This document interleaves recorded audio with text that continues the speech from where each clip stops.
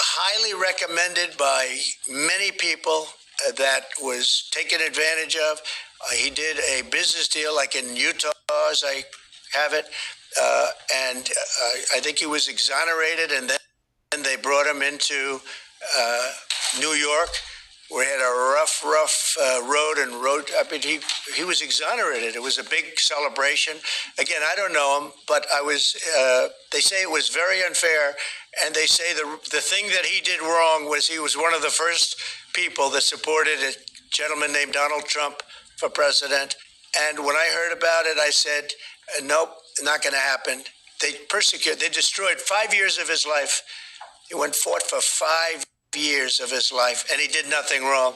And he's a good person. And basically, I had these fantastic recommendations about him from people that you know very well, all top-of-the-line people. They thought it was a horrible thing.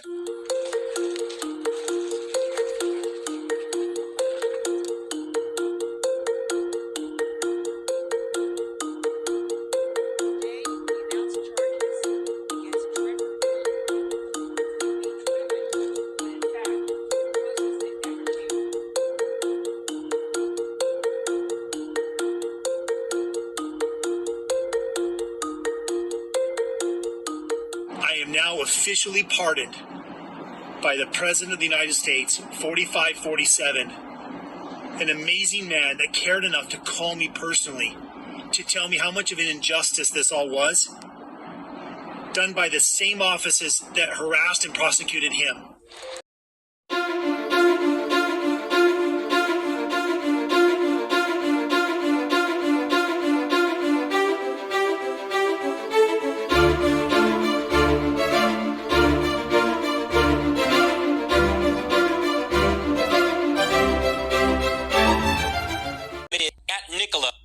When he was the CEO, 2 counts of wire fraud, 1 count of securities fraud. The prosecutors were looking for 11 years in prison. The defense attorneys were arguing that Trevor Milton should be given probation, in part to care for his wife who has been ill. The judge ultimately decided Trevor Milton, the founder and former CEO of Nikola, will be spending the next 4 years, at least that's the sentence, 4 years in prison for fraud. Kelly, back to you. Phil, is this a surprising sentence? Because it's, to see someone going and now having to spend significant jail time really tells you about the seriousness of what they said took place here.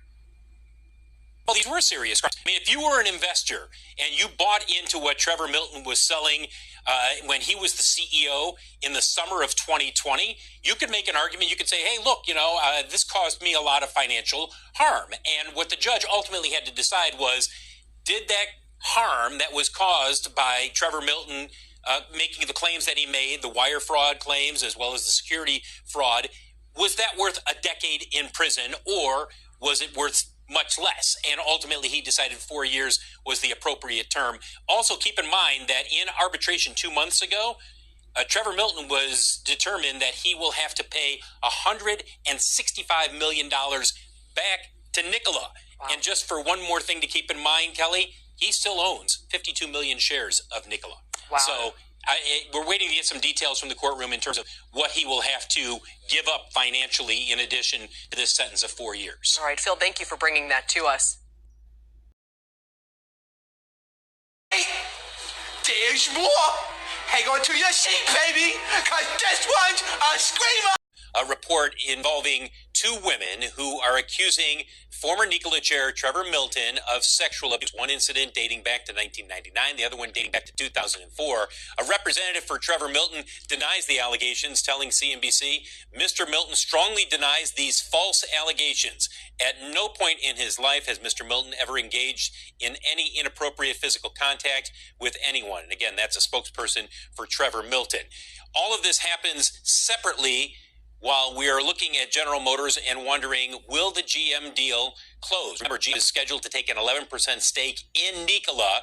The close date was announced as September 30th. General Motors has not said whether or not this is going to close by the 30th. A statement from the company saying our transaction with Nikola has not closed. We are continuing our discussions with Nikola and will provide further updates when appropriate or required. So we'll be watching this over the next couple of days. And all of this raises questions about former GM Vice Chair Steve Gursky, who is now the chairman of Nikola, and he was one of the instrumental players in putting together the Nikola SPAC IPO and then guiding the company through its agreement with General Motors. We have reached out to Nikola. We have not heard any comment from the company regarding the status of its discussions with General Motors.